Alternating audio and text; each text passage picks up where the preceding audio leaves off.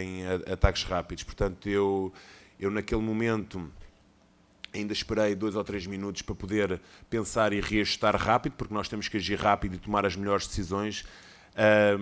Nós conseguimos em muitos momentos manter a nossa organização dentro daquilo que foi a linha de 5, muito com a presença não só de um lateral, que era o Marcão, mas com a presença também de um ponta que fazia o corredor todo e fechava dentro da linha. Reajustei o meio campo com a presença e mudei de 2 para 3, jogando com um primeiro volante e 2 meias, para podermos ter saídas e conseguir cobrir quando não tínhamos bola, fechar os meias nos laterais. Tivemos esse sucesso com a entrada do PP e a saída do Rodrigo, e em nenhum momento os jogadores que saíram foi porque tivessem abaixo do rendimento, foi por um reajuste estrutural que eu achei que era necessário para continuarmos a ser competentes em termos defensivos e a ter capacidade também de poder ter saídas, e numa dessas saídas tivemos sucesso. Não foram as únicas, portanto não fomos uma equipa, mesmo com 10, que se colocou a defender nos últimos 30 metros. Tivemos algum critério nas saídas e acho que todas essas mudanças surtiram efeito e interpretaram os jogadores da melhor forma. Portanto, acaba por num lance de bola parada, mas isso também em nenhum momento irei culpabilizar algum jogador. Quando um escanteio é aberto, rapidamente temos que recolher e absorver dentro da linha. A partir desse momento bastava-nos o jogador que estava na primeira trave entrar, na zona mais baixa, entrar dentro da linha, absorver a linha, e o jogador estaria impedido. Mas isso não vale a pena nos lamentar, vale a pena olhar para o lance, corrigirmos para não voltarmos a cometer os mesmos erros, perceber que é um ponto, independentemente de poder ser 3, é um ponto importante na nossa caminhada, como eu disse, de 3 jogos, 7 a 9, estamos dentro do patamar que queremos atingir. Eu tenho a certeza absoluta, pelo trabalho, pela forma competitiva como hoje a equipa respondeu dentro de um ambiente difícil, num jogo difícil, que nós sabíamos que o adversário ia dar tudo neste jogo, porque sabia que podia criar um fosso maior para a gente. Os jogadores responderam de uma forma fantástica, disseram presente, o que me orgulha enquanto líder deste processo. Eu queria que você se aprofundasse um pouco mais no motivo da escolha por improvisar o Marcão na lateral direita, tendo o Daniel, colocando, no caso, o Daniel no banco de reservas. Nós tínhamos 2 caminhos, e o Daniel é um excelente jogador, um profissional íntegro, de grande caráter. É um jogador que nos tem dado muito em termos ofensivos, mas pelo menos nos últimos jogos tem tido algumas dificuldades em termos defensivos, que nós estamos a tentar debelar, porque quando isso acontecer ele passa a ser um jogador de outro nível. E nós entendemos que para este jogo a combatividade, a competitividade, o encurtamento, a agressividade era importante para este jogo, e reparamos que é evidente que hoje vamos dizer que eu sou um gênio, mas se as coisas não tivessem corrido bem, eventualmente diziam que eu era, como vocês costumam dizer aqui, um professor pardal.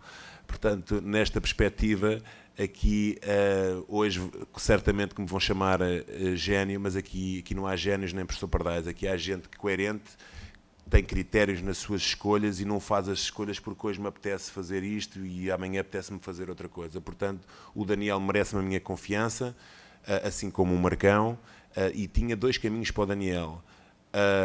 Não o expor e proteger num momento em que eu acho que ele já esteve cá em cima e agora está, mas ele vai voltar porque eu sei o caráter deste jogador, ou ir enfrentar o problema. Eu achei por bem hoje, e ele acaba por entrar até numa posição mais à frente como interior, achei por bem hoje o proteger, mas não é proteger com medo que ele, ou com receio que ele faça algum disparate, não. É que ele vai corrigir as suas situações defensivas e vai voltar ainda melhor jogador, mais forte, e ainda nos vai ajudar muito nestes últimos 6 jogos. Uma coisa só que me chamou a atenção ali na beira do campo é que logo aos 5 minutos, mais ou menos, do primeiro tempo, o Daniel foi para o aquecimento. Aquilo ali foi o quê? O senhor pensou em colocar ele?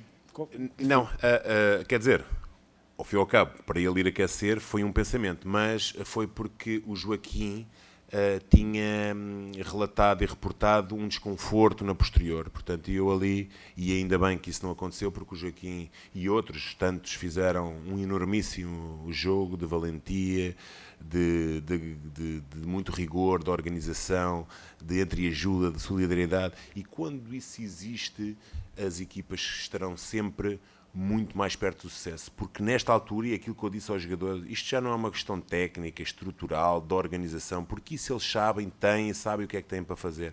Isto é mais uma questão de emocional, de combatividade, de competitividade, de perceber que este é o momento para ganhar e já não há mais tempo para adiar. E os jogadores perceberam isso, deram a resposta certa, agora têm que ter a responsabilidade e perceber que existem mais 6 finais para eles pontuarem e atingirem aquilo que eu tenho a certeza e que nós merecemos enquanto grupo que vai acontecer, que é manter uma equipa destas, que não é fácil, dentro do mapa do futebol brasileiro. Queria que você comentasse também a questão da lateral esquerda, que mais uma vez volta a ser problema. Ora por lesão, aí hoje o Cariús voltou de lesão, aí foi expulso. O senhor já pensou em alguma estratégia para o próximo jogo? Ou está muito cedo? Vai improvisar o Impereú de novo? Já pensou alguma coisa? Já dá para adiantar? Como é que se chama? Juan. Você gosto da sua abordagem, porque é uma abordagem muito ao jogo e não desvirtua daquilo que pouco, para mim pouco ou nada interessa. Eu acho que temos sofrido muito na lateral esquerda. E mais uma vez voltamos a sofrer. Repara que era o Igor, era o Sidkley, foi o Wendel, depois foi o Kelvin, que foi improvisado naquela situação sempre que os 3 não estavam lá, e agora lesionou-se também, portanto já vão em 4. E agora, hoje, eu tive que reinventar outra vez, puxar um coelho da cartola, e o André fez muito bem aquela função de grande sacrifício, principalmente sacrificar-se, porque ele foi de ponta direita para lateral esquerdo ou um ponta esquerda quando nós temos bola. E também, para quem faz isso e se sacrifica pela equipa, merece o meu respeito. Revela gente que quer, gente de caráter e gente que está comprometida. E eu, por isso, agradeço ao Marcão, agradeço ao André e certamente agradecerei a outros, porque, infelizmente, isto para ser um filme de terror, acho que não falta muito mais capítulos para o filme ser um best-seller. Portanto, acho que é por isso que eu lhe disse desde o início que está-me a fascinar imenso. Não me dá um prazer de ver que isto aconteça, mas é um fascínio enorme estar a arranjar soluções dentro de um grupo que cada vez tem menos recursos, mas tem uma alma e um coração enorme. Só para encerrar aqui, queria que o senhor falasse um pouco mais sobre os próximos 2 jogos, que são jogos importantíssimos. Você já falou que são 2 finais. Acho que dá para dizer que são 2 confrontos diretos. O Goiás está um pouco mais acima, mas principalmente o Avaí, que está ali embaixo também. Queria que você falasse da importância de ir bem nesses 2 jogos. É aqueles jogos que eu digo que são finais e que as pessoas andam à espera que eles venham, porque parece que são 6 pontos garantidos. E eu nunca vi no futebol vencedores nem vencidos antecipados, porque se isso acontecesse hoje, antes de entrarmos em campo, já estávamos derrotados. Portanto, porque as torcidas, as pessoas que são sempre muito mais emocionais do que racionais, entendem que vamos jogar contra o Cuiabá, isto é 3 pontos garantidos. Portanto, e as coisas não são assim. Hoje em dia é muito difícil defrontar equipas.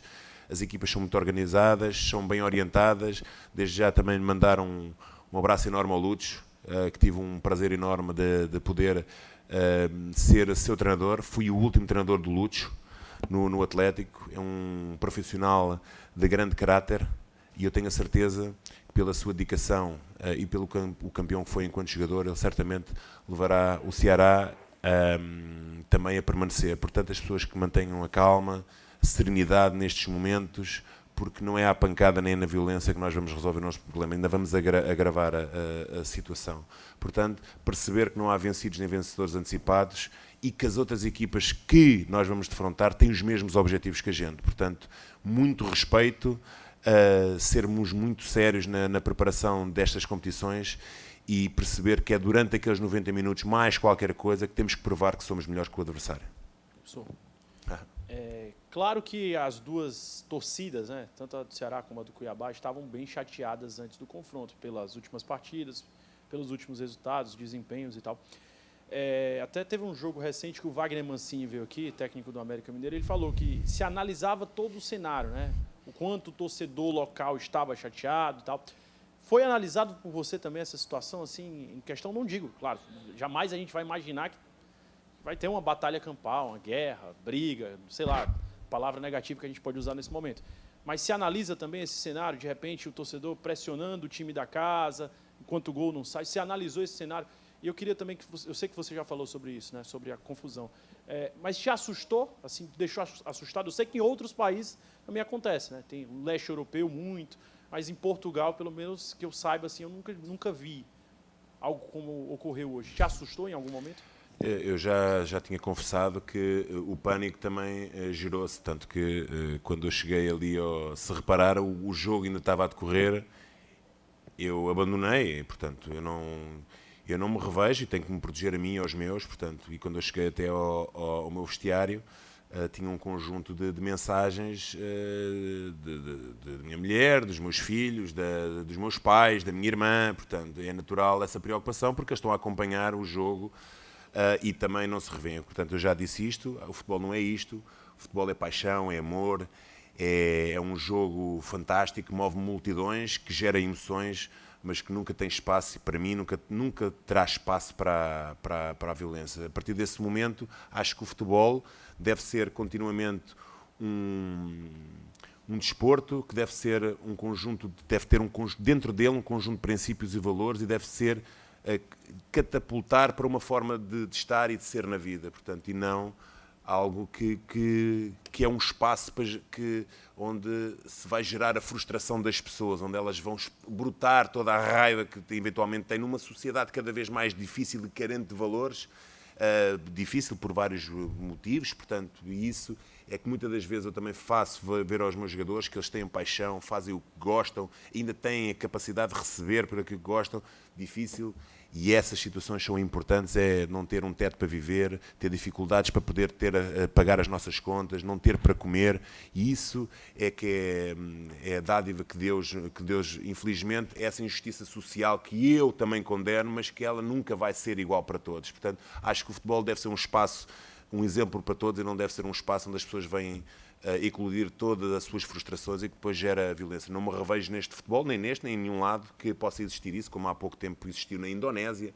Portanto, esses tumultos são reprováveis e deve haver espaço para reflexão para que um dia não haja mesmo uma tragédia. Relativamente à situação do adversário também estar num momento instável, difícil, nós sabíamos que, mantendo o adversário a 0, sabíamos que ia gerar essa ansiedade também fora das bancadas, que depois promove, e é evidente que os jogadores têm sentimentos, não é? Portanto, e isso percebe-se mesmo quem está ali na linha de campo, que eu, mesmo jogando com 10, a qualquer momento aquilo podia acontecer. Portanto, é uma das variáveis que nós alertámos os jogadores, perceber que, mantendo a baliza a 0, certamente sairíamos daqui com um resultado muito, muito positivo. Infelizmente, tivemos aquele revés num escanteio, faz parte, temos que trabalhar e corrigir esse para não voltar a suceder. Portanto, mas o resumo final é muito orgulho nos meus jogadores e acho que hoje eles mostraram que querem e que desta forma vão se manter na elite do futebol brasileiro. Ok? Obrigado, bom trabalho a todos. Obrigado. Eu agora estava aqui a procurar.